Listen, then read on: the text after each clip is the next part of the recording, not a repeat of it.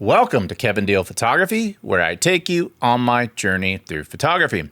On today's episode, we're going to be taking a look at the TP Mini wireless transmission system from Shimbol.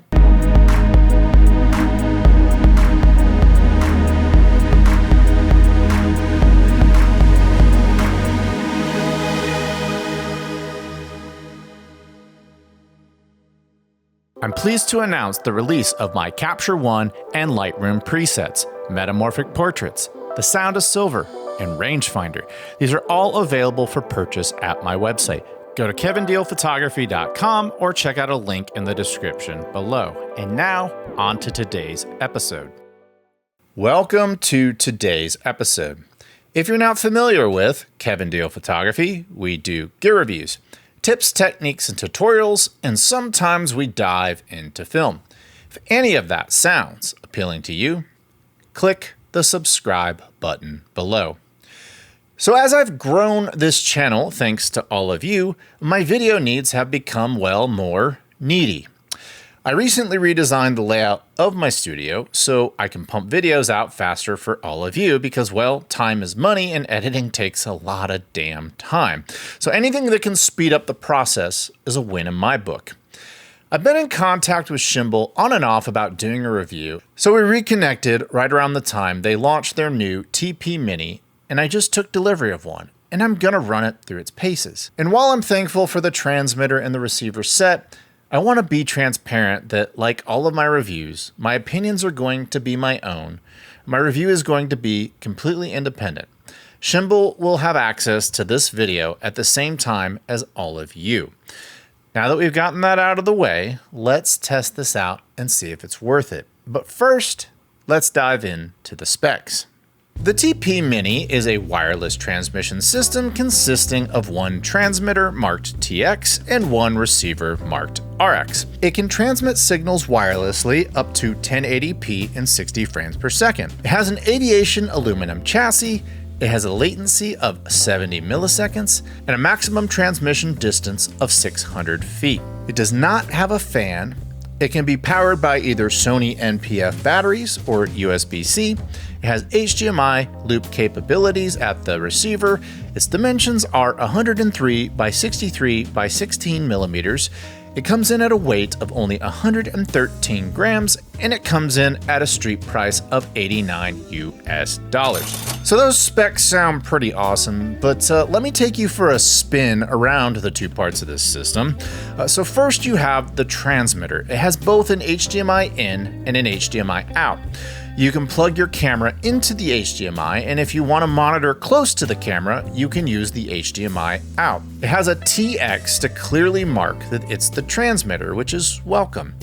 Also seen on the side is a USB-C input, which can receive power. So if you have a static situation like I do here in my studio, or you have a power bank out in the field, it will send a 5-volt charge to power the unit. Now, if you want to use Sony NPF batteries, we can move to the rear of the unit and you can see the two terminals to receive power from a Sony battery. Next to that, you have an ejection button to remove that battery. The bottom of the chassis has a standard threading which allows you to attach it to a galaxy of stands, adapters, etc. The button layout on the side is pretty easy to figure out, although it's not fully labeled with words, so let's go over it.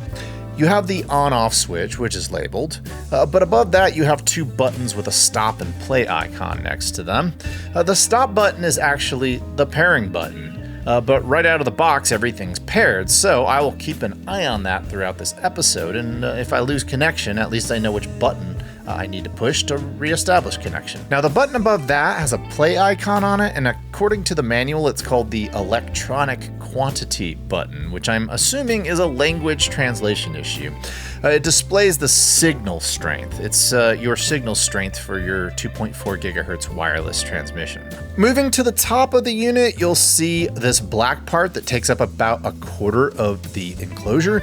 This is where your antennas live. So instead of them sticking out like rabbit ears, they are discrete and they're stored inside this black area. The only difference between the receiver and the transmitter is that one is marked RX and the other one is marked TX. So now you know it's the receiver or the transmitter. But the receiver also has a second HDMI output for HDMI loopback. As far as size, it's barely larger than a deck of cards. It's incredibly light, and so far it's been working flawlessly here in my studio. But let's see how this guy works out in the field, as I'm sure many of you watching this video are curious. So we're testing the transmission distance, and we'll see how far we get when the dropouts start. So I'm going to this tree first, and we'll see how well this goes. So as it stands right now, just looking through the viewfinder, we'll see what kind of dropouts we get. Of course, it's 2.4 gigahertz, so my body's a water bag, so it may have dropouts. So I'm going to take this, keep on going down a little further past this. Okay, so you just saw the limitations of 5 gigahertz wireless technology. I basically cut off around 100 feet. So that's a realistic scenario, because if you're going to be on a set with people running around, people are going to obstruct your transmitter and your receiver. So manufacturers exaggerate specs, and 600 feet is a very exaggerated spec for real-world use, but I still turned it around and didn't put my water bag of a body in the way this time, and you can see the smoothness of the cars going by. You can't see me because I'm using a 35mm lens, but I'm about 450 feet away right now, and there's an occasional drop frame, but it's obviously working a lot better than it was working before. But in all honesty, I'm never going to use it probably past 50 to 100 feet ever. And 99% of the time, I'm going to be within 20 feet of it. So let's talk about the pros and cons of the Shimbol TP Mini. Let's talk about the pros and cons, and first let's talk about what I liked. $89 for a transmitter and a receiver that does 1080p, 60 frames per second. To me, that's a great deal. The quality of what it gives you, the broadcast quality, it's great. And considering that most wireless systems that does what this system does are about 4 times more, or even greater than that, to me, that's a pro. The size and weight of this system is small and light, and that's perfect. It's thin enough to where both the transmitter and the receiver can find space in my bag. I can find a way to squeeze them in. Attached to my camera, the system is barely noticeable in terms of weight. It's super light, so nothing to worry about there. Despite their use of icons instead of words, it's still stupid easy to use. I was up and running the moment I turned it on. The communication between the transmitter and the receiver has been rock solid. If it ever drops out, I simply hold down that stop icon and I'm good to go. I like the fact that the LEDs on the side are bright and easy to see in daylight. This definitely comes in handy at that 2 p.m. hour when your eyes are all squinty. I like that they make it compatible with both USB-C and the Sony MPF batteries, giving the end user the choice of what power method works best for them. I like that the antennas are hidden away. This unit almost looks like a portable external hard drive. But let's talk about the things I think could have been improved upon. While it's light and it's not thick, on top of the camera, it's kind of tall. I wish there was another thread on the back so you could turn it and have a lower profile on the camera.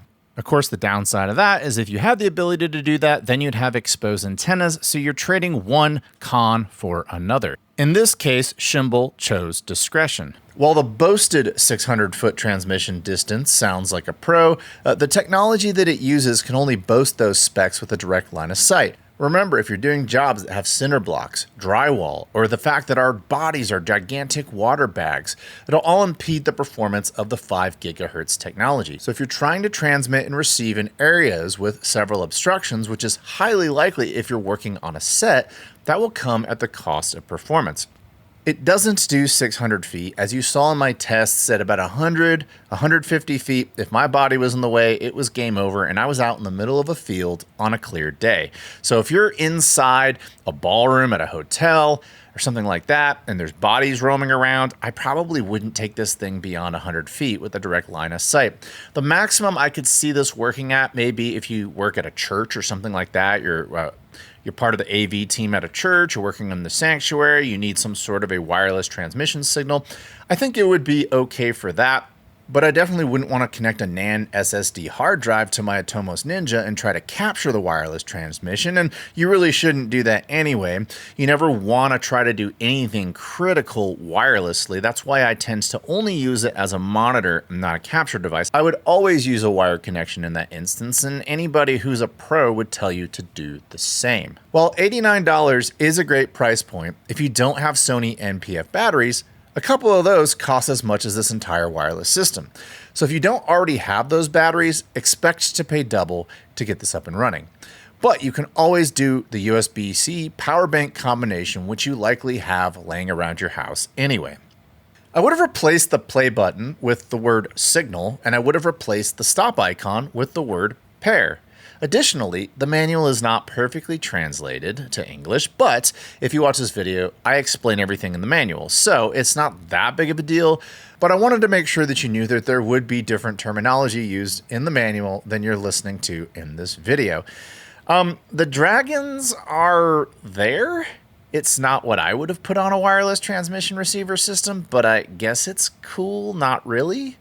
I think a boring black or gray finish would have been perfectly fine here, but it definitely stands out, and for many of you, that may not be a good thing. I would like to see a more robust version of this that could maybe do 4K, maybe one without the dragons on it. 4K is easier said than done, but I'll bet they could take the dragons off of the next version. That does it for today's episode. I want to thank each and every one of you for watching today. Have you tried the Shimbol TP Mini? How are you liking it? Did this review get you excited to buy one? If so, I left a link in the description below where you can get one. And if you like this channel, I humbly ask you to click the subscribe button below. And until next time, I'll talk to you soon. Bye.